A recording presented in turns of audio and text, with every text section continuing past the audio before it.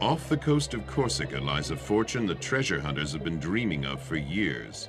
Rommels treasure, the booty of an SS special unit that extorted more than 450 pounds of gold from Tunisian Jews in 1943, when the African campaign came to an end. This ransom saved them from being deported and murdered in the Auschwitz gas chambers. Field Marshal Rommel, the Desert Fox, knew nothing of the SS's sinister business.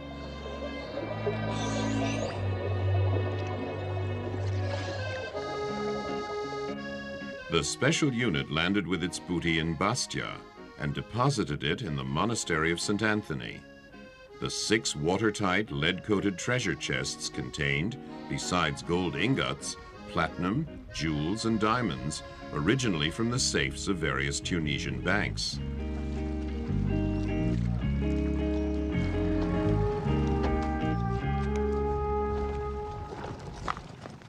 What's with the sour faces?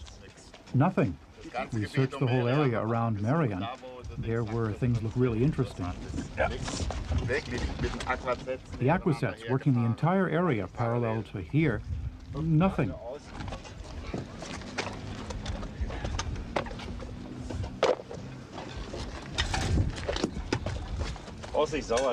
Stow the sad looks. Tomorrow's another day. Oh God, it's just so frustrating. But I've got this gut feeling something's down there. For me, the Rommel treasure is over, finished, dead, and good riddance. No one talks about it anymore. A silly legend. No idea. We heard about it in France, that's right. And where is it? No idea, but we've heard about it. We don't know where it is for sure, but it's back there by Bastia.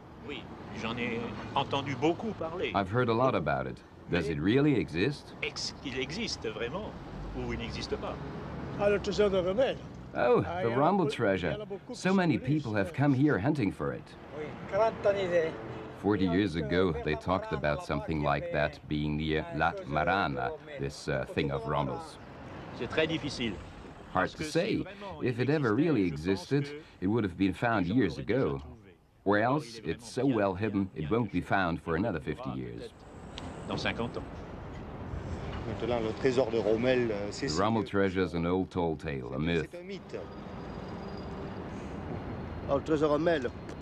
The Rommel treasure, it means nothing to me, understand?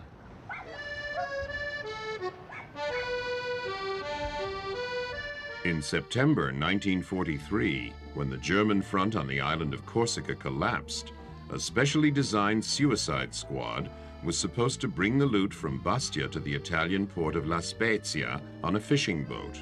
The maneuver failed in the fire of American fighter bombers. The men were forced to sink their treasure hastily. It now lies in a depth of 100 to 200 feet, covered with sand. The hunting ground lies in the Gulf of Bastia, off the Cape of Corsica. Klaus Kepler, a specialist in this kind of recovery operation, has searched for Rommel's treasures. Vom Rommelschatz habe ich das erste Mal gehört, so in den Anfang 70er Jahre.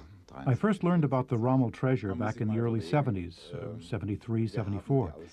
You've got to keep in mind we use this equipment professionally. We make deep-sea measurements, ocean floor studies, search after wrecks and things that have gone down. Then suddenly, some tale grabs hold of you, some legend, and you have the equipment to go after it, the money to invest, and so you finally have the chance to go after something incredibly interesting. And I want to fulfill at least one dream of my youth, utterly fulfill it, and I want to know with absolute certainty, does the treasure lie between Bastia and North Cape or not? Kepler is the head of a diving and salvage company, a man with years of experience, who was also a great help to the Criminal Investigation Department in their search for a yacht that had sunk in Lake Constance. Was it an accident, or was it murder? Kepler has the endurance of a hunter and a gambler alike. The cost of one of these treasure hunts is very high. Bad weather and stormy seas can destroy all hopes and plans. Should that happen, he will have lost his money. We were first commissioned to look for the treasure by a well-known lawyer. He represented a former SS officer, and they came in my office and for all practical purposes hired me to go salvage a few crates supposedly ditched off the Corsican coast. At first, I nearly died laughing because they pinpointed a single spot and said it was accurate to within 150 feet. That was the first time I'd ever heard of it, and since then I've hunted after the Rommel treasure regularly. Yeah, I know that General Rommel, Field Marshal Rommel, didn't actually have anything to do with it, that his name gets misused mainly because he led the campaign in Tunisia, the African campaign, and that's where they say the treasure comes from. Right now I'm going to show you exactly where it lies, here. Now we just have to show up and make one dive.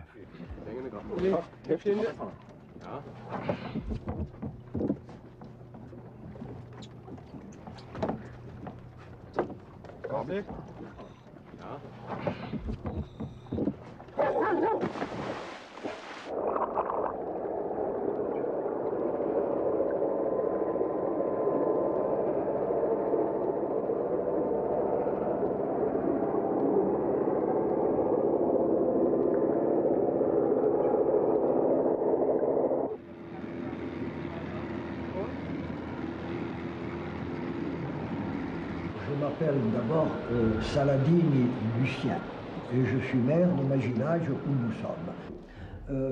J'ai entendu parler du trésor de Rommel. My name is Saladini Lucien. I'm the mayor of Macchinaggio. Of course I've heard of the Rommel treasure, like every Corsican. Pour rejoindre le continent, when Rommel left Tunisia, his troops crossed Sardinia and Corsica. Et au moment où les troupes allemandes and after crossing Corsica, they boarded transports. The Americans attacked these ships, and it's said that the Rommel treasure, whatever it was, got tossed overboard by officers of the German Navy.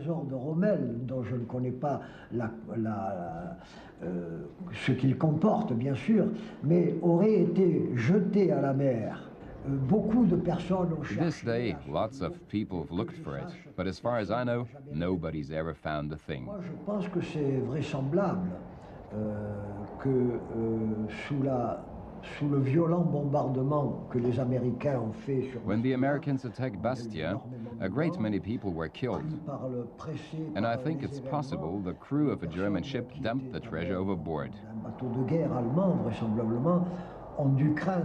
They were afraid the Americans would capture the ship and take everyone prisoner.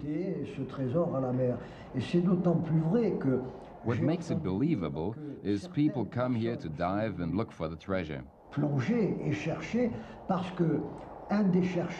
And one of these divers heard about it in jail from another prisoner who was part of the Corsican evacuation. The man was in jail for some reason or other, and he told about this treasure being tossed overboard.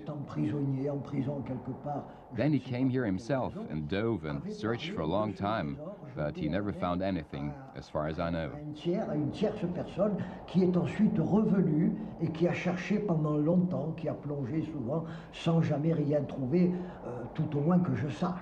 Former SS Obergruppenführer Walter Kirner is the sole survivor of that special squad on the fishing boat. He now lives in seclusion in Löffingen in the Black Forest. We had a regular feast there in the kitchens of the San Antonio Monastery, but I never stuck my nose in the buildings.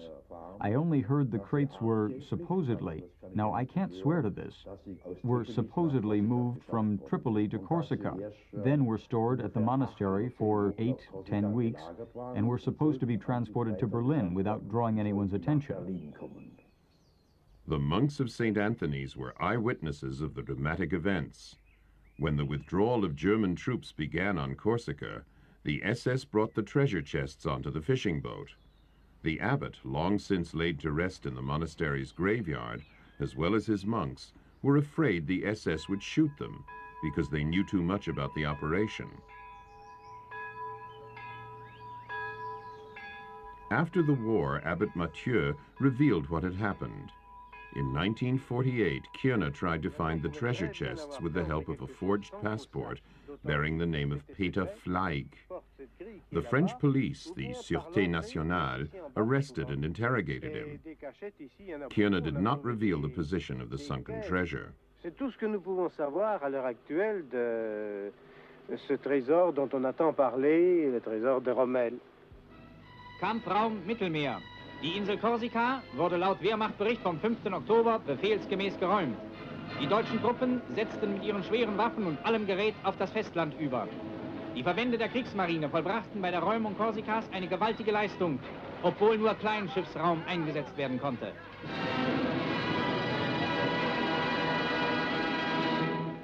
In der Früh sind wir aus Bastia ausgelaufen und dann sind wir dann rausgefahren. In the morning, we left the port of Bastia and sailed, I'd say, some 3 miles. And then we got to work and hoisted the truck over the stern. Hard work.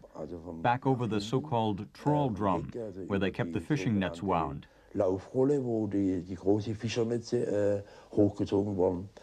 And we had to unsnag the truck. It got so bound up. Had to undo everything.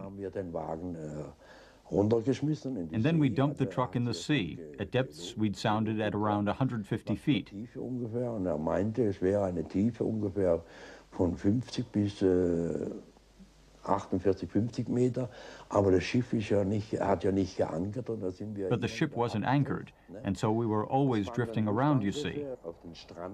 Then Macanaggio's harbor got attacked by air, and there was still a German anti-aircraft gun up in the hills, and they shot down a machine, a light bomber, and it crashed in the sea about 250 feet away from our ship. In die See reingestürzt, ne?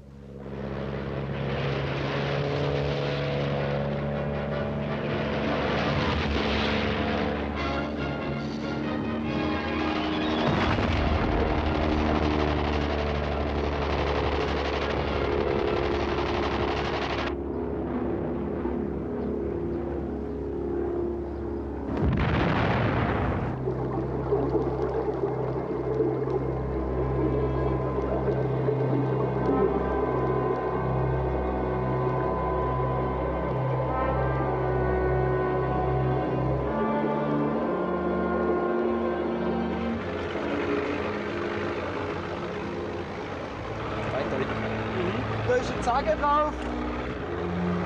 Mensch, Klaus, da ist ein Zacke drauf. You've got something. Wow, Klaus, you've got something. Starboard, 300 feet. Siehst du was? See anything?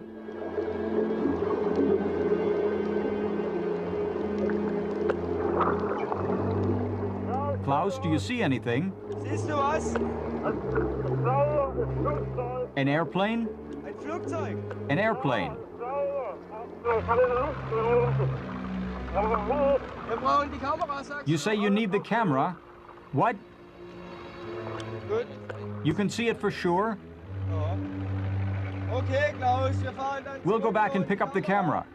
Ich weiß, dass wir, wenn wir hier suchen, ununterbrochen misstrauisch beobachtet werden. I expect to be watched without interruption whenever we hunt here. Even the Corsican freedom movement is suspicious. Again and again we notice the military launches patrolling the area.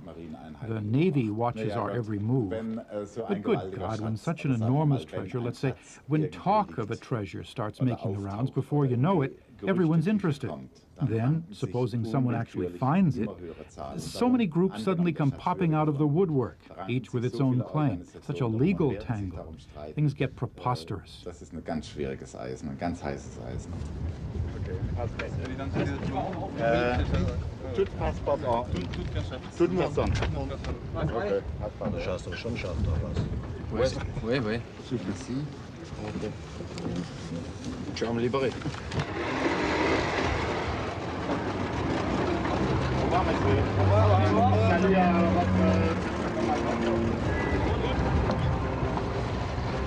Salut à Weiter.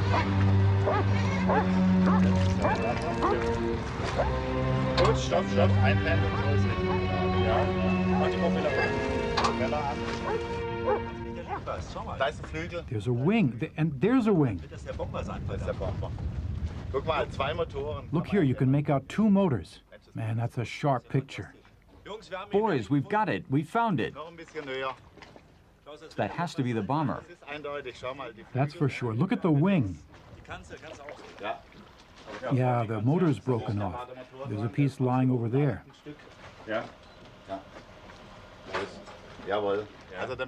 That's the bomber. And Fleig said it's near this bay, some 650 yards from the bombed-out house. That means we're 100% right.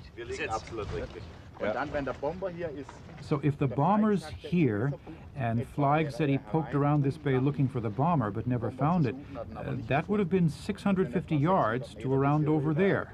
Later we can measure the distances precisely, but we know we're right. No doubt about it. But then comes the question, with such heavy crates, they could be buried under 6-8 feet of sand. No worry there, we've got a sediment analyzer.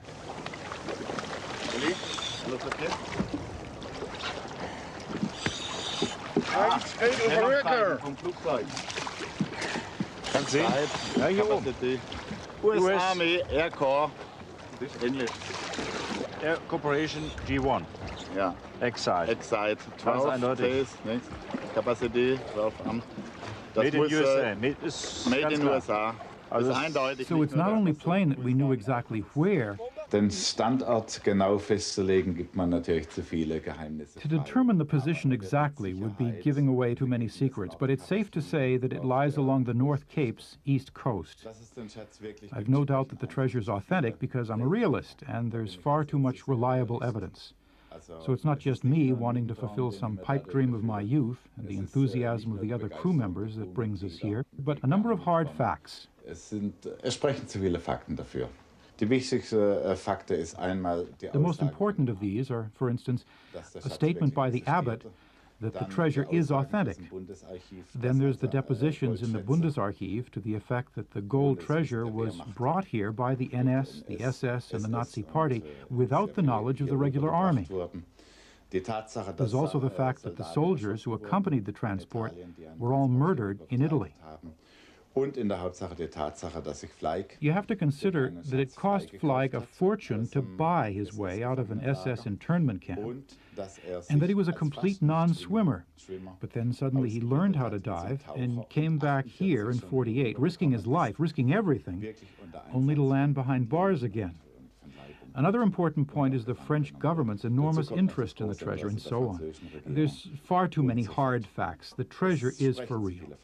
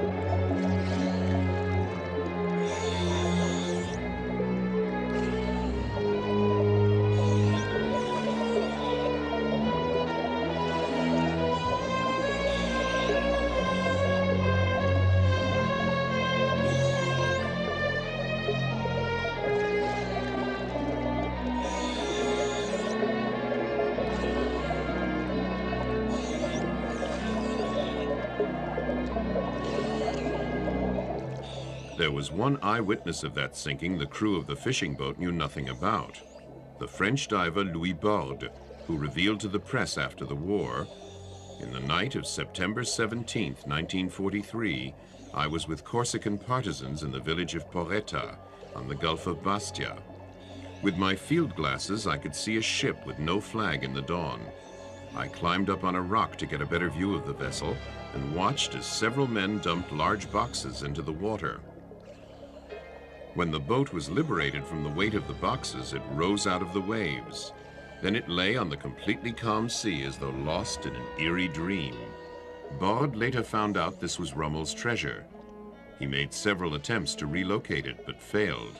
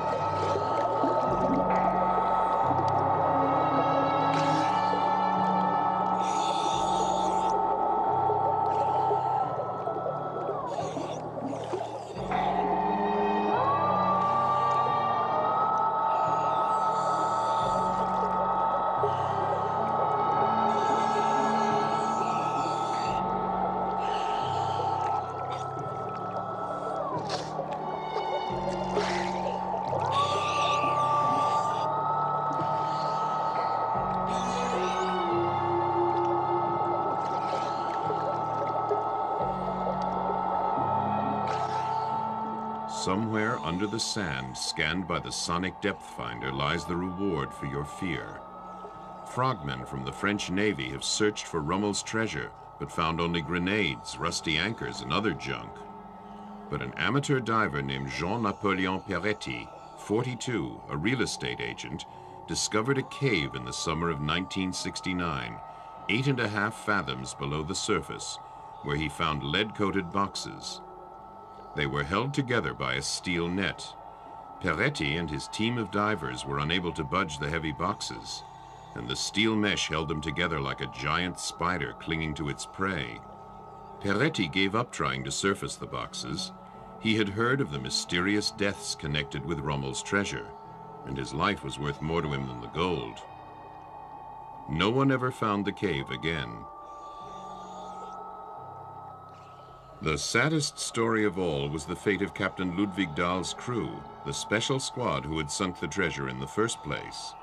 SS officers had organized the maneuver to divide up Rommels' treasure amongst themselves. They planned to use the money to finance new lives after the war. Now it lay on the ocean floor. The SS accused the 5 men and their commander of mutiny and cowardice in the face of the enemy, and brought them before a court-martial.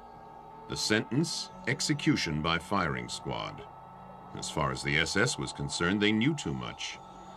The only man the SS needed was Obergruppenführer Kirner, who knew the whereabouts of the boxes. After the war, he tried to find them several times, but without any luck.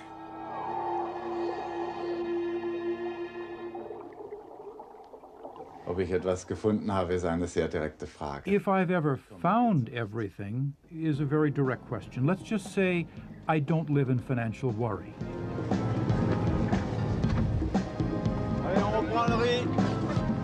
Tirez. Tirez.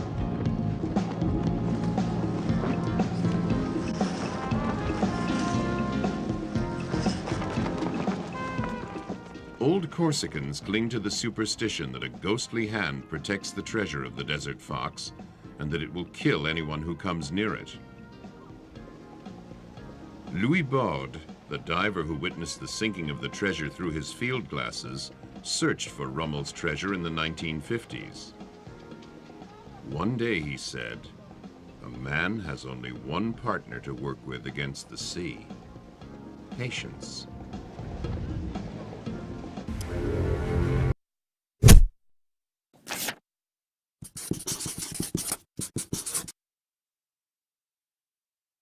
For centuries, Jordan's desert canyons were home to fiercely independent Bedouin tribes who guarded the secrets of Petra from the outside world. Mighty rock-cut tombs became homes for shepherds and peddlers, while the identity of the ancient builders passed into legend.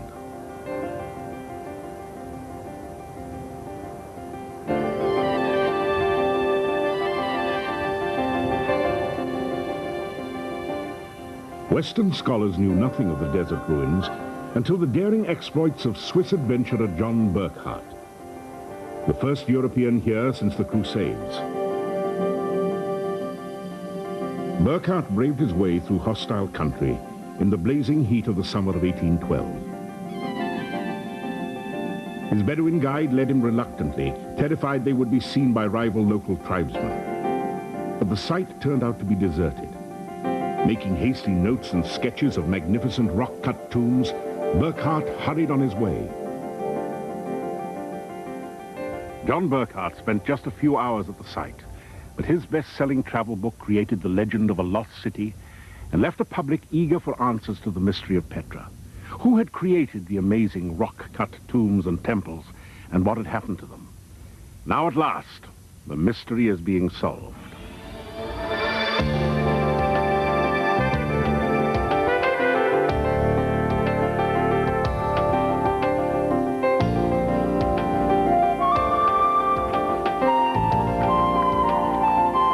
Petra's haunting ruins lie in the desert of southern Jordan, halfway between the Dead Sea to the north and the ancient Red Sea port of Aqaba to the south. Traces of settlement date back at least 8,000 years, and the winding canyon is steeped in biblical legend. Its local name is Wadi Musa, the Valley of Moses. 2 miles from the city, the canyon narrows to a vertical, high-walled gorge known as the Sick. University of Utah archaeologist Philip Hammond has dug at Petra for nearly 40 years. This is the Sikh, almost a 2-mile cleft through the mountain, which rendered Petra almost impregnable to any enemies.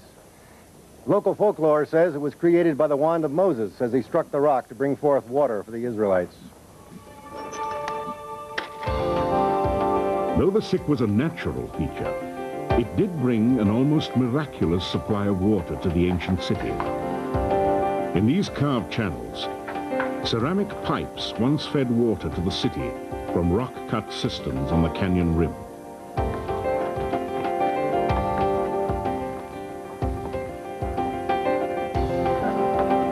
When Crusaders visited Petra in the Middle Ages, local monks guided them to places linked to the Old Testament stories about Moses and Pharaoh, including Petra's most intricately carved tomb, the Kasne, or Pharaoh's treasury. They whispered, the tomb's great urn contained the Pharaoh's gold, though carved out of solid rock. The urn bears the scars of Bedouin bullets, fired in the vain hope that the Pharaoh's gold would come tumbling down.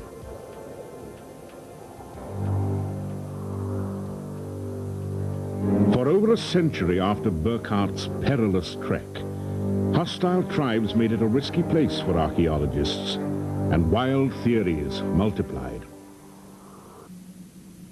Everywhere you look at Petra, you see carved monuments, more than 800 of them cut laboriously into the canyon walls.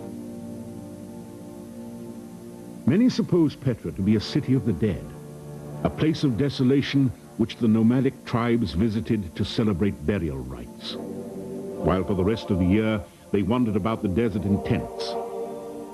We have a lot of people who have in the past said that Petra was a dead city, the sepulcher of an ancient culture. The difficulty was, of course, before relatively recent times, not much excavation was done. Now we're beginning to get the villas and the bath and temple, all sorts of things that indicate that this was a lively city. Number? Let's do the one in the middle of trench 1.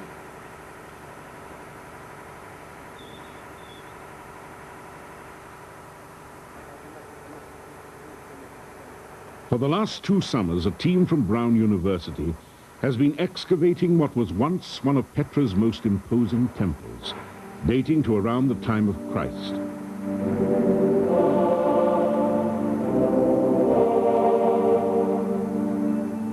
The team is led by archaeologist Martha Joukowski,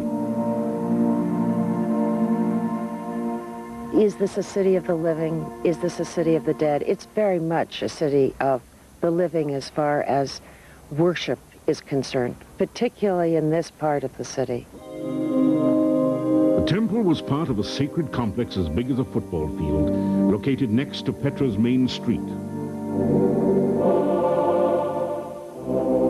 Elaborate plumbing fed water to baths that were evidently used in the sacred rites.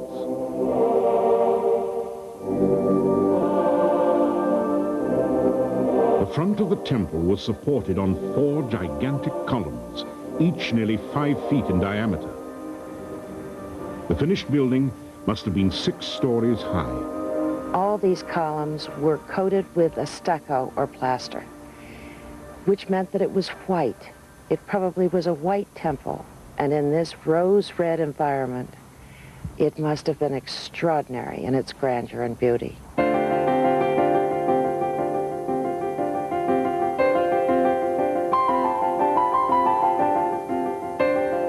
Stores lined the main street, along with several other imposing temples and a huge amphitheater.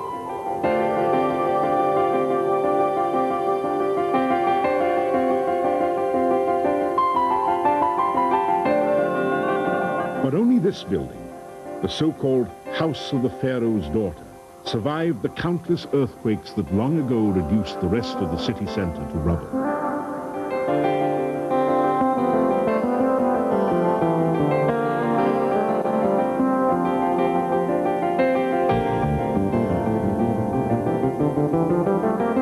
Still, hundreds of rock-cut tombs survive. Their architectural details conceal clues to the identity of the builders.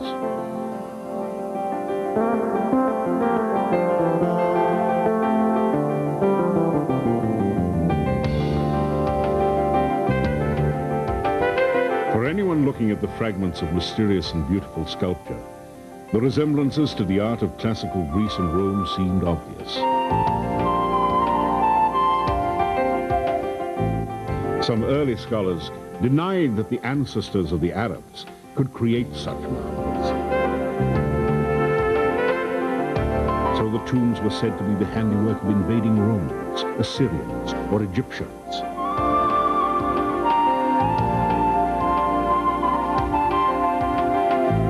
But that only begged the question, why had the Romans, or anybody, chosen to live in this desolate valley?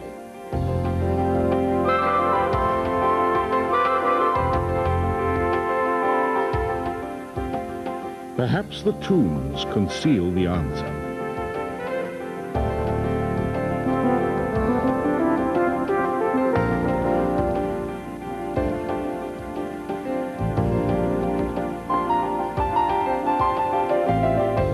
Unlike the elaborate passageways of Egyptian pyramids, a Petra tomb is simple, just a single room. Inside is a long coffin-shaped niche that once contained the burial. Around the room are long benches carved out of the rock. Judging from tombs with a similar layout at Alexandria and elsewhere, these rooms were most likely the sites of funeral feasts. On these important occasions, the guests would recline on the benches and eat. The more splendid the tomb, the more opulent the feast.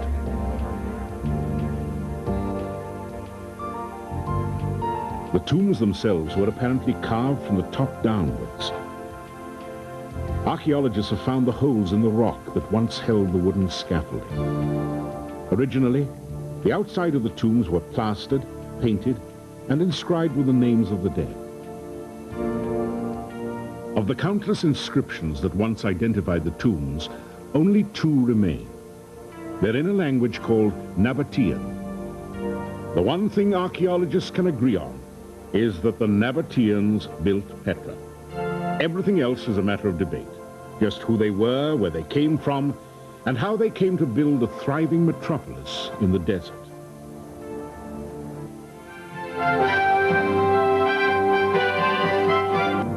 The Bible tells us that Petra was called Sela, or rock, and was the capital of the ancient Edomites, one of many petty states that sprang up along the Jordan River Valley. But the Edomites moved away, and in their place came the mysterious Nabateans. Originally, they were simple nomadic herders and traders from northern Arabia. But once settled at Petra, they managed to corner the market in one of the most valuable commodities in the ancient world. Greek historian Diodorus provides another vital clue. While there are many other tribes who use the desert as pasture, the Nabateans far surpass the others in wealth. For not a few of them are accustomed to bring down to the sea frankincense and myrrh, and the most valuable kinds of spices. The hot commodity was frankincense, the pungent, sweet-smelling gum of this tree, which flourishes in remote foothills of Oman and southern Arabia. It was more than a luxury. The heady, burning incense was believed to deter infection, promote health, and bring pleasure to the gods. Petra was in a perfect position to control the trade in frankincense and spices. The camel trains began at ports in southern Arabia and trekked across the desert through Petra, heading for Mediterranean outlets at Alexandria and Antioch. Petra was more than an oasis. Here middlemen grew rich from the passing trade. In a few generations, an arid gorge turned into a thriving metropolis, an international crossroads of commerce, architecture, and religion. Archaeologists like Philip Hammond have shown that Petra's desolate appearance today is misleading. Outside of the city center, all of the valleys and canyons around Petra are covered with natural caves, and caves that have been reworked in both ancient and more modern times. Originally, a lot of these were habitation caves for the Nabateans, and the few that have been actually excavated have produced the usual pots and pans and plates and bowls that everybody uses. And these extend all the way down, all on every side and at every height throughout the mountains. In the city center, houses were excavated. These were conventional dwellings with a kitchen, larder, a grindstone, and other ordinary items. But we did find a very interesting little figurine, a seated woman with her hair braided down her back, showing us a little bit about how people dressed. The majority of materials that came out of this house seemed to be related to female work, and this gives us the idea that perhaps since the men were caravanners, we have a great number of the women who really kept house and kept the city going while the men were away. But if there are plentiful traces of the day-to-day lives of Petra's inhabitants, that still leaves many mysteries unsolved. What gods or goddesses did they worship? Where did their beliefs and the extraordinary style of their tombs and temples come from? For decades, scholars were puzzled. While digging this major temple, later called the Temple of the Winged Lyre, Hammond found a striking image of a female deity. Perhaps it was Al-Uzza, the goddess of springs and water, mentioned in inscriptions at other Nabatean sites. The chief god was called Dushara, a god of the mountains. In his honor, many shrines and sacrificial altars were built on hilltops around Petra. While the gods of the Nabateans were distinctively local, their master carvers were clearly influenced by contacts with Greek and Roman cities.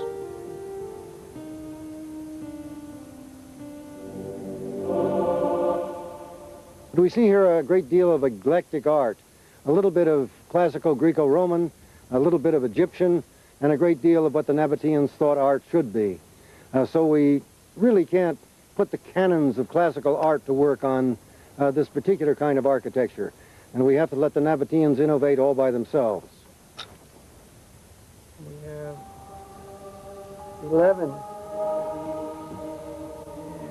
13, and 58. In the temple ruins, Hammond found workshops used by the sculptors and painters of Petra.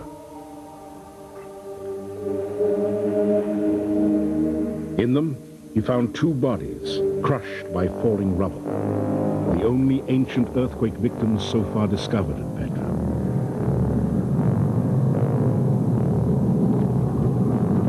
This earthquake is one of the most precisely dated catastrophes in the ancient world. A manuscript says that the two main shocks struck on Monday, May the 19th, AD 363. Half of Petra was obliterated.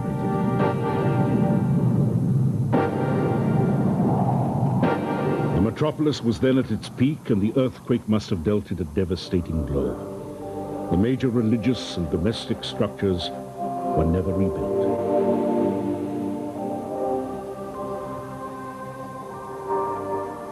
In 1990, a massive early Christian church was discovered, dating to around 500 AD.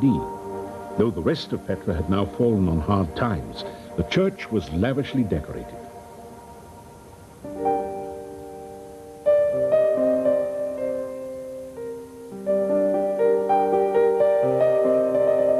The entire floor is a stunning mosaic depicting the four seasons, among the earliest and most perfectly executed mosaics of the Byzantine period. Archaeologist Zbigniew Fiem supervises the church excavations. One of the interesting features of the church that we excavated is the magnificent internal decoration, which is quite incompatible with what we know of Petra of that time period. There may be several explanations to this fact. Quite possibly, the pilgrimages to the neighboring Jebel Harun, the place to which, according to the Christian tradition, the prophet Aaron was buried, quite possibly these pilgrimages could have brought additional interest and income to the builders of the church. But this final era of opulence would not last. In 551 AD, another devastating earthquake struck. The church burned and collapsed. Preserved under the rubble was an extraordinary find. Manuscripts made of papyrus, the writing still legible. We did not expect such a find. The papyri were found in a thick layer of ash and charcoal directly upon the floor of that room. It must have been the same fire which affected the church and destroyed the archive of papyri in that neighboring room. The papyri were completely carbonized. However, due to a particularity of the climate in Petra, they are relatively well preserved. In other words, they are fragile, but they are not brittle. And the conservation work, which continues now over them, will probably reveal the most of the texts contained in those documents. Strangely enough, despite the fact that they are completely carbonized, the letters are very legible. The language in the scrolls that were already unrolled is Greek. It's a typical Byzantine period Greek. But despite the foreign language, the personal names mentioned in the scrolls belong to Petra.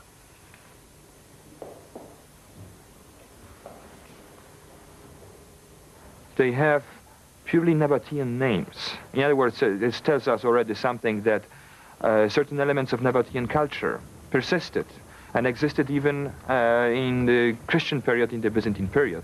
So we already have certain information which will contribute to our understanding of Nabatean culture and Roman Byzantine culture in Jordan.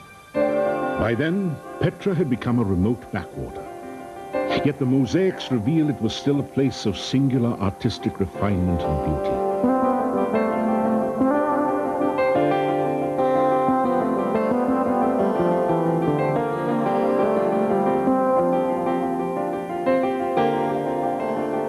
For more than 5 centuries, Petra's artisans had flourished in their arid canyon and created unique architecture, decorative sculpture, and mosaics, blending inspiration from Mediterranean cultures with their own special style. Their legacy, these haunting ruins, have charged the imagination of writers, painters, and travelers ever since. Petra is a unique place, and not only because of archaeological remains, but also of a very unique, magnificent natural setting. Therefore, I think that Petra, as the archaeological site, should expect more attention among the scholars.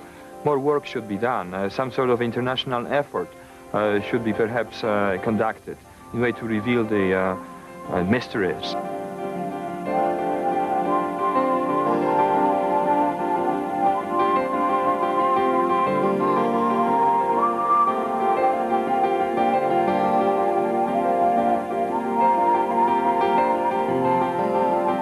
Salomon Farahat, in charge of Petra, shares this view of the city's significance.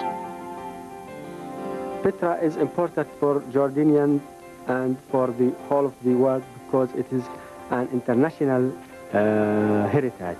So the whole of the world has to participate in protecting and preserving Petra, I think. Saving Petra from battering winds and internal weathering along cracks and fissures has indeed become a major challenge to preservationists. A host of studies are now underway. Much remains to be discovered.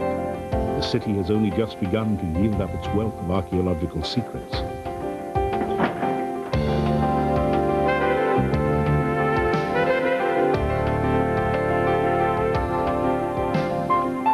But it is now clear that the Nabateans did not create Petra as a city for the dead. The splendor of its setting and the masterworks of the tomb carvers continue to arouse the awe of all who have traveled here.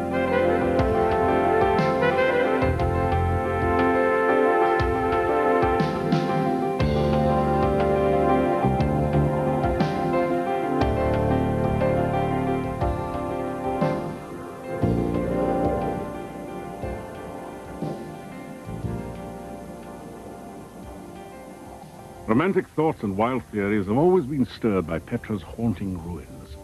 But now, thanks to archaeology, we know the architects of Petra were a proud, self-sufficient people who forged their own distinctive civilization from the desert sands of Arabia. Petra remains an inspiring symbol from the past.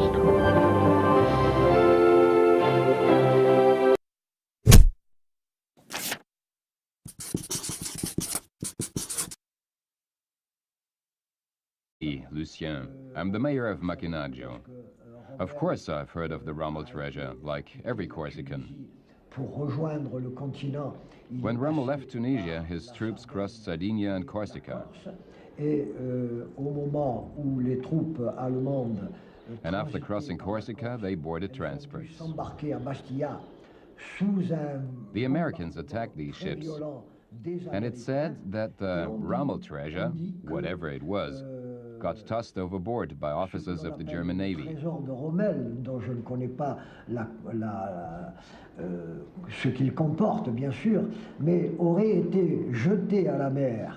Beaucoup de personnes ont cherché. This day, lots of people have looked for it, but as far as I know, nobody's ever found the thing. Moi, je pense que c'est vraisemblable que sous le violent bombardement que les Américains ont fait sur When the Americans attacked Bastia, a great many people were killed.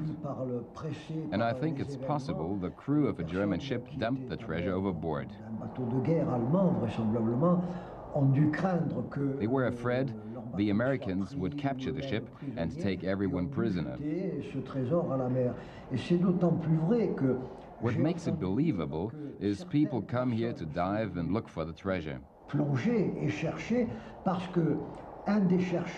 And one of these divers heard about it in jail from another prisoner who was part of the Corsican evacuation. The man was in jail for some reason or other, and he told about this treasure being tossed overboard.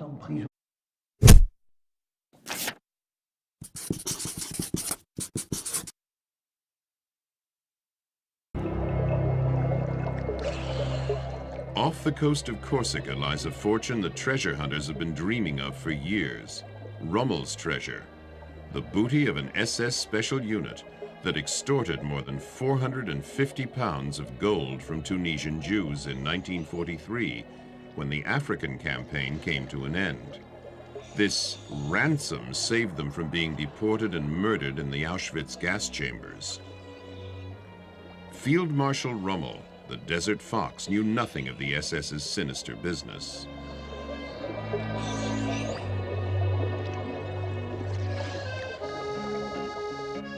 The special unit landed with its booty in Bastia and deposited it in the monastery of St. Anthony. The 6 watertight, lead-coated treasure chests contained, besides gold ingots, platinum, jewels, and diamonds, originally from the safes of various Tunisian banks.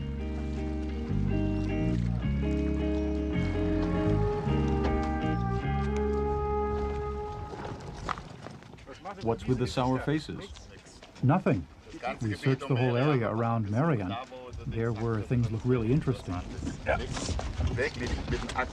The aqua sets working the entire area parallel to here. Nothing.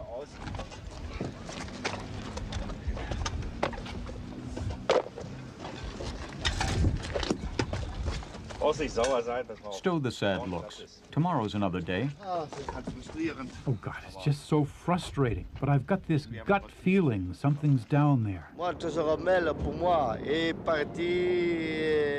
For me, the Rommel treasure is over, finished, dead, and good riddance. No one talks about it anymore. A silly legend. On en a entendu parler en France, hein? No idea. We heard about it in France, that's right. And where is it? No idea, but we've heard about it. We don't know where it is for sure, but it's back there by Bastia. Oui, j'en ai entendu beaucoup parler. I've heard a lot about it. Does it really exist? Est-ce qu'il existe vraiment ou il n'existe pas? Oh, the Rommel treasure. So many people have come here hunting for it. 40 years ago, they talked about something like that being near La Marana, this thing of Rommels. C'est très difficile. Hard to say. If it ever really existed, it would have been found years ago. Or else, it's so well hidden, it won't be found for another 50 years. Dans 50 ans. The Rommel treasure is an old tall tale, a myth. The Rommel treasure, it means nothing to me, understand?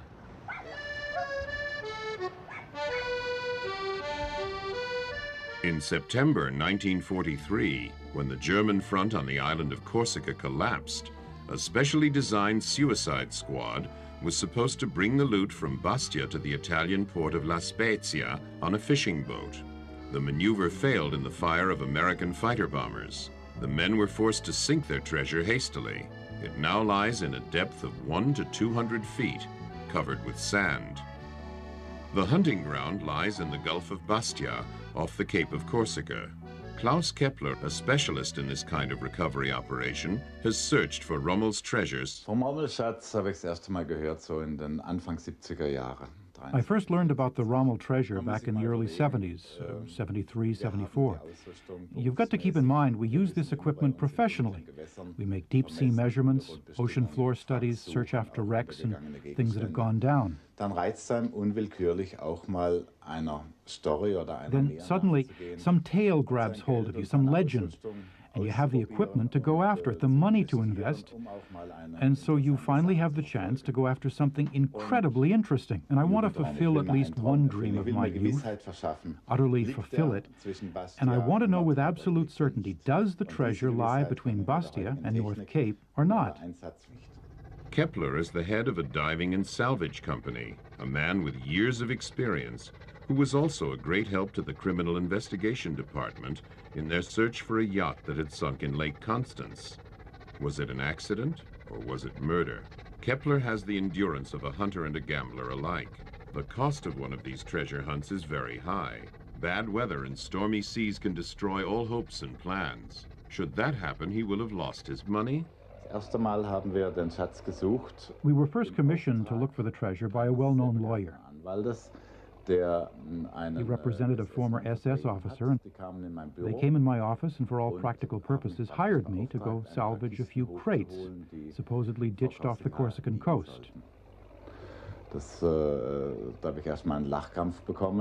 At first I nearly died laughing, because they pinpointed a single spot and said it was accurate to within 150 feet. Da habe ich das erste Mal davon gehört. That was the first time I'd ever heard of it. And since then, I've hunted after the Rommel treasure regularly. Yeah, I know that General Rommel, Field Marshal Rommel, didn't actually have anything to do with it. That his name gets misused mainly because he led the campaign in Tunisia, the African campaign. And that's where they say the treasure comes from. Right now, I'm going to show you exactly where it lies. Here. Now we just have to show up and make one dive.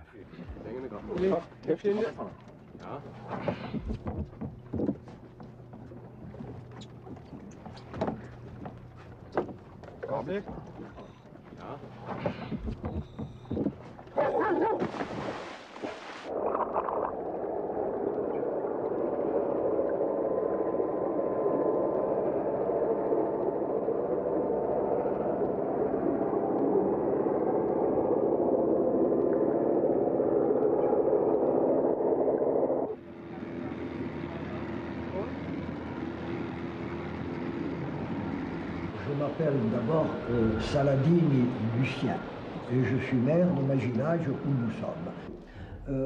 J'ai entendu parler du trésor de Rommel. My name is Saladin